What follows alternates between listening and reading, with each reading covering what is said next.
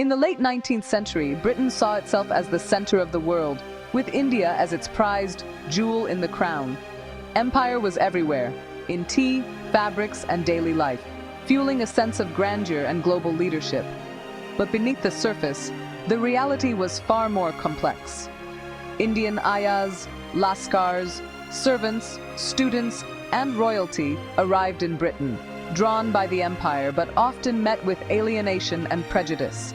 Their lives unfolded in the shadows, facing discrimination, even as their presence shaped British society.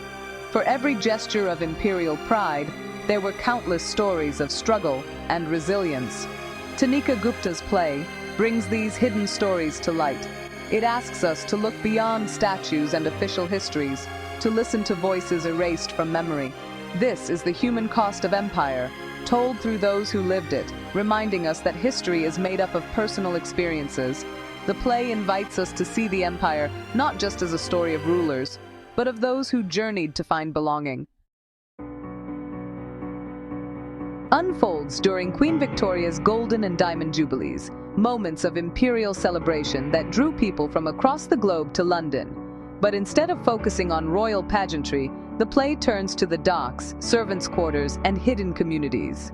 Gupta shifts the lens, placing Indian characters at the center, showing us their hopes and disappointments. We move between the opulence of Osborne House and the harsh realities of London's East End, revealing how these worlds were deeply connected.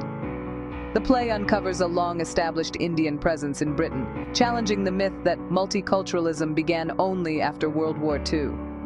These were not just visitors, they built lives and communities, navigating identity in a foreign land. By reclaiming these stories, reveals the true roots of Britain's multicultural history. It's a powerful act of historical reclamation.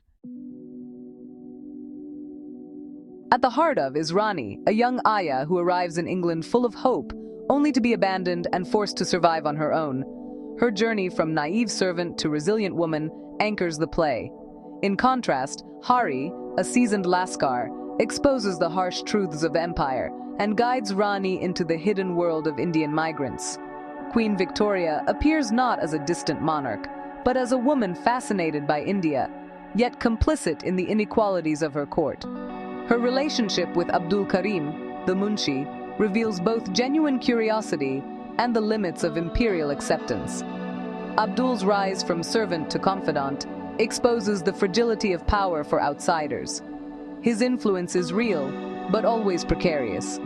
The play's characters embody the paradoxes of empire fascination, exploitation, and the constant negotiation of identity.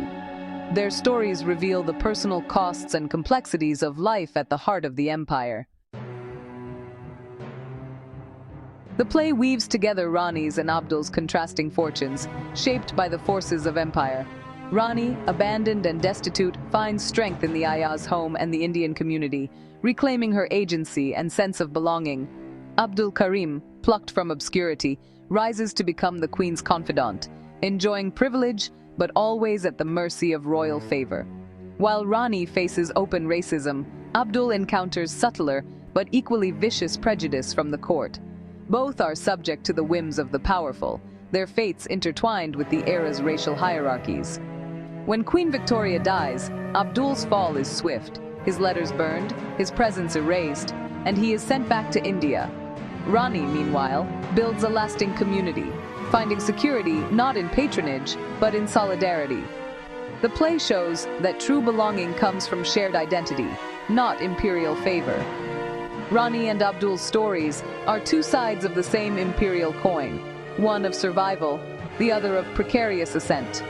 Their journeys expose the fragility of life for all Indians in Britain, regardless of status. Lays bare the imbalance of colonial power in everyday life. Rani is dismissed as disposable. Lascars are exploited. Even Abdul's status is conditional. The characters constantly negotiate their identities, Indian, British, or something in between. Migration and colonialism force them to reshape who they are. Yet, friendship and community become their anchor. The ayah's home is a sanctuary, and bonds between characters like Rani and Hari offer strength and hope. Community is not just comfort, It's resistance, a way to survive and push back against a hostile world. Through small acts of dignity and self-assertion, the characters refuse to be passive victims. The play celebrates their resilience and the power of solidarity. Is an act of reclaiming history, filling in the gaps left by official narratives. Gupta's research brings to life the stories of Ayaz, Lascars, and Abdul Karim, insisting that Britain's history is incomplete without them. Resistance takes many forms: Rani's survival, Hari's activism, and the preservation of culture in a foreign land.